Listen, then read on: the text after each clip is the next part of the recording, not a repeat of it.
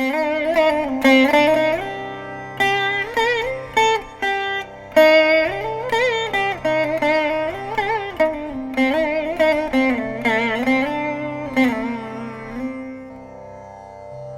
ನಮೋ ಭಗವತೆ ವಾಸುದೇವಾಯ. ಶ್ರೀಶುಕ ಉವಾಚ ಅಸ್ತಿ ಪ್ರಾಪ್ತಿಶ್ಚ ಕಂಸಸ್ಯ ಮಹಿಷ್ಯೌ ಭರತರ್ಷಭ ಮೃತೆ ಭರ್ತರಿ ದುಃಖಾರ್ತೆ ಈಯತು ಸ್ಮ ಪಿತುರ್ಗೃಹಾನ್ ಪಿತ್ರೆ ಮಗಧರಾಜಾಯ ಜರಾಸಂಧಾಯ ದುಃಖಿತೆ ವೇದಜಾಂಚಕ್ರತುಃ ಸರ್ವಮಾತ್ಮವೈಧವ್ಯಕಾರಣಂ ಸ ತದಪ್ರಿಯಮಾಕರ್ಣ್ಯ ಶೋಕಾಮರ್ಷಯುತೋ ನೃಪ ಅಯಾದವೀಂ ಮಹೀಂ ಕರ್ತುಂ ಚಕ್ರೆ ಪರಮಮುದ್ಯಮಂ ಅಕ್ಷೌಹಿಣೀಭಿರ್ವಿಂಶತ್ಯಾತಿಸ್ರಭಿಶ್ಚಾಪಿ ಸಂವೃತಃ ಯದುರಾಜಧಾನೀಂ ಮಥುರಾಂ ನರುಣತ್ ಸರ್ವತೋ ದಿಶಂ ನಿರೀಕ್ಷ್ಯ ತದ್ಬಲಂ ಕೃಷ್ಣವುದ್ವೇಲಮಿವ ಸಾಗರಂ ಸ್ವಪುರಂತೇನ ಸಮೃದ್ಧಂ ಸ್ವಜನಂಚ ಭಯಾಕುಲಂ ಚಿಂತಯಾಮಾಸ ಭಗವಾನ್ ಹರಿಃ ಕಾರಣಮಾನುಷಃ ತದ್ದೇಶಕಾಲಾನುಗುಣಂ ಸ್ವಾವತಾರ ಪ್ರಯೋಜನಂ ಹನಿಷ್ಯಾಮಿ ಬಲಂ ಹ್ಯೇತದ್ಭುವಿ ಭಾರಂ ಸಮಾಹಿತಂ ಮಾಗಧೇನ ಸಮಾನೀತಂ ವಶ್ಯಾನಾಂ ಸರ್ವಭೂಭುಜಾ ಅಕ್ಷೌಹಿಣೀಭಿಃ ಸಂಖ್ಯಾತಂ ಭಟಾಶ್ವರಥಕುಂಜರೈಃ ಮಾಗಧಸ್ತು ನ ಹಂತವ್ಯೋ ಭೂಯಃ ಕರ್ತಾ ಬಲೋದ್ಯಮಂ ಏತದರ್ಥೋವತಾರೋऽಯಂ ಭೂಭಾರಹರಣಾಯ ಮೇ ಸಂರಕ್ಷಣಾಯ ಸಾಧೂನಾಂ ಕೃತೋऽನ್ಯೇಷಾಂ ವಧಾಯ ಚ ಅನ್ಯೋಪಿ ಧರ್ಮರಕ್ಷಾಯೈ ದೇಹಃ ಸಂಭ್ರಿಯತೆ ಮಯಾ ವಿರಾಮಾಯಾಪ್ಯಧರ್ಮಸ್ಯ ಕಾಲೇ ಪ್ರಭವತಃ ಕ್ವಚಿತ್ ಏವಂ ಧ್ಯಾಯತಿ ಗೋವಿಂದ ಆಕಾಶಾತ್ ಸೂರ್ಯವರ್ಚಸೋ ರಥಾವುಪಸ್ಥಿತೌ ಸದ್ಯಃ ಸಸೂತೌ ಸಪರಿಚ್ಛದೌ ಆಯುಧಾನಿ ಚ ದಿವ್ಯಾನಿ ಪುರಾಣಾನಿ ಯದೃಚ್ಛಯಾ ದೃಷ್ಟ್ವಾ ತಾನಿ ಹೃಷೀಕೇಶಃ ಸಂಕರ್ಷಣಮಥಾಬ್ರವೀತ್ ಪಶ್ಯಾರ್ಯವ್ಯಸನಂ ಪ್ರಾಪ್ತಂ ಯದೂನಾಂ ತ್ವಾವತಾಂ ಪ್ರಭೋ ಏಷ ತೇ ರಥ ಆಯಾತೋ ದಜಿತಾನ್ಯಾಯುಧಾನಿ ಚ ಯಾನಮಾಸ್ಥಾಯ ಜಹ್ಯೇ ತದ್ವ್ಯಸನಾತ್ ಸ್ವಾನ್ ಸಮುದ್ಧರ ಏತದರ್ಥಂ ಹಿ ನೋ ಜನ್ಮ ಸಾಧೂನಾಮೀಶ ಶರ್ಮ ಕೃತ ತ್ರಯೋವಿಂಶತ್ಯನೇಕಾಖ್ಯಂ ಭೂಮೇರ್ಭಾರಮಪಾಕುರು ಏವಂ ಸಮ್ಮಂತ್ಯದಾಶಾರ್ಹೌ ದಂಸಿತೌ ರಥಿನೌ ಪುರಾತ್ ನಿರ್ಜಗ್ಮತು ಸ್ವಾಯುಧಾಢ್ಯೌ ಬಲೇನಾಲ್ಪೀಯಸಾವೃತೌ ಶಂಖಂ ದದ್ಮೌ ವಿನಿರ್ಗತ್ಯ ಹರಿರ್ದಾರುಕಸಾರಥಿಃ ತತೋಭೂತ್ಪರಸೈನ್ಯಾನಾಂ ಹೃದಿ ವಿತ್ರಾಸವೇ ಪಥುಃ ತಾವಾಹಮಾಗಧೋ ವೀಕ್ಷ್ಯ ಹೇ ಕೃಷ್ಣ ಪುರುಷಾಧಮ ನ ತ್ವಯಾ ಯೋದ್ಧುಮಿಚ್ಛಾಮಿ ಬಾಲೇನೈಕೇನ ಲಜ್ಜಯಾ ಗುಪ್ತೇನ ಹಿ ತ್ವಯಾ ಮಂದನಯೋತ್ಸ್ಯೇಯಾ ಹಿ ಬಂಧುಹನ್ ತವ ರಾಮ ಯದಿ ಶ್ರದ್ಧಾ ಯುಧ್ಯಸ್ವ ಧೈರ್ಯಮುದ್ವಹ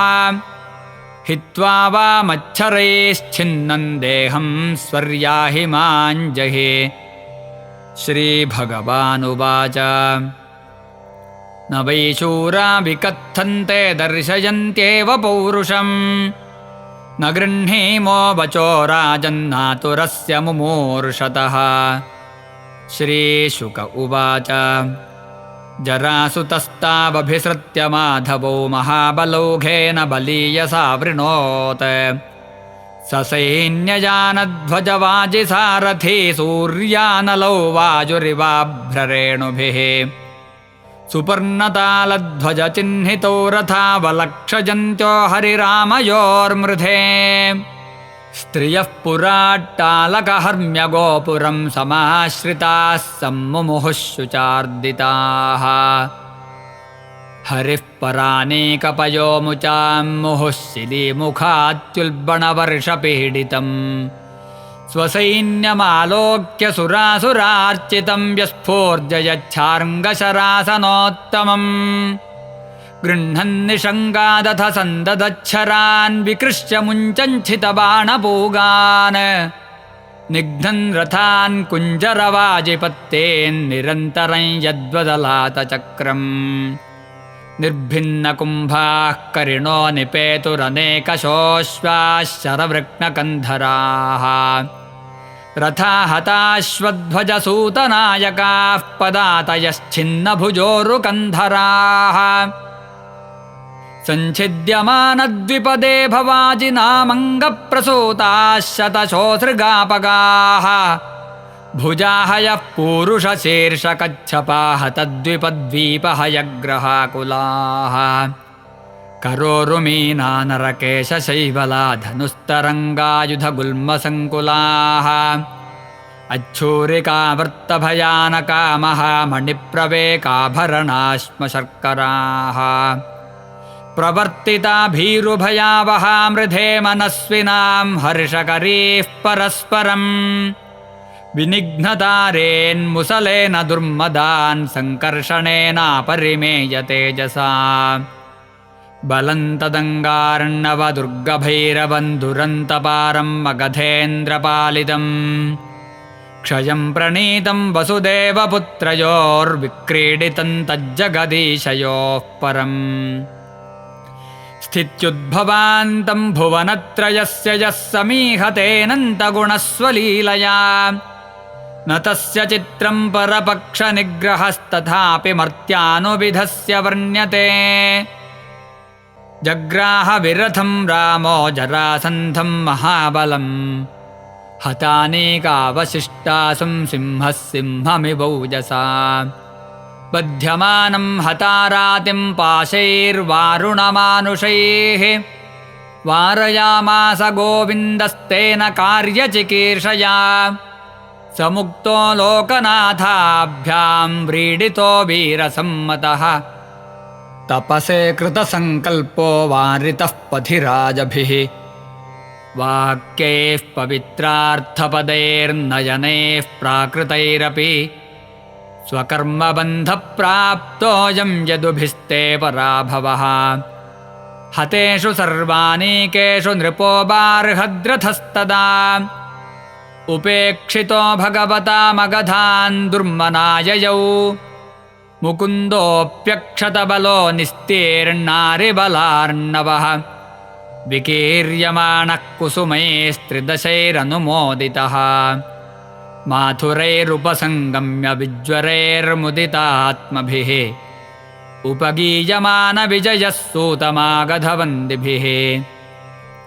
शङ्खदुन्दुभयोने दुर्भेरीतूर्याण्यनेकशः वीणावेणुमृदङ्गानि पुरं प्रविशति प्रभौ सिक्तमार्गां हृष्टजनां पताकाभिरलङ्कृतां निर्घुष्टां ब्रह्मघोषेण कौतुकाबद्धतोरणाम् निचीयमानो नारेभिर्माल्यदध्यक्षताङ्कुरैः निरीक्ष्यमाणः सस्नेहं प्रीत्युत्कलितलोचनैः आयोधनगतं वित्तमनन्तं वीरभूषणम् यदुराजाय तत्सर्वमाहृतं प्रादिशत्प्रभुः एवं 17 कृत्वस्तावत्यक्षौहिणीबलः युयुधे मागधो राजा यदुभिः कृष्णपालितैः अक्षिण्वंस्तद्बलं सर्वं वृष्णयः कृष्णतेजसा हतेषु स्वेष्वनीकेषु त्यक्तो यादरिभिर्नृपः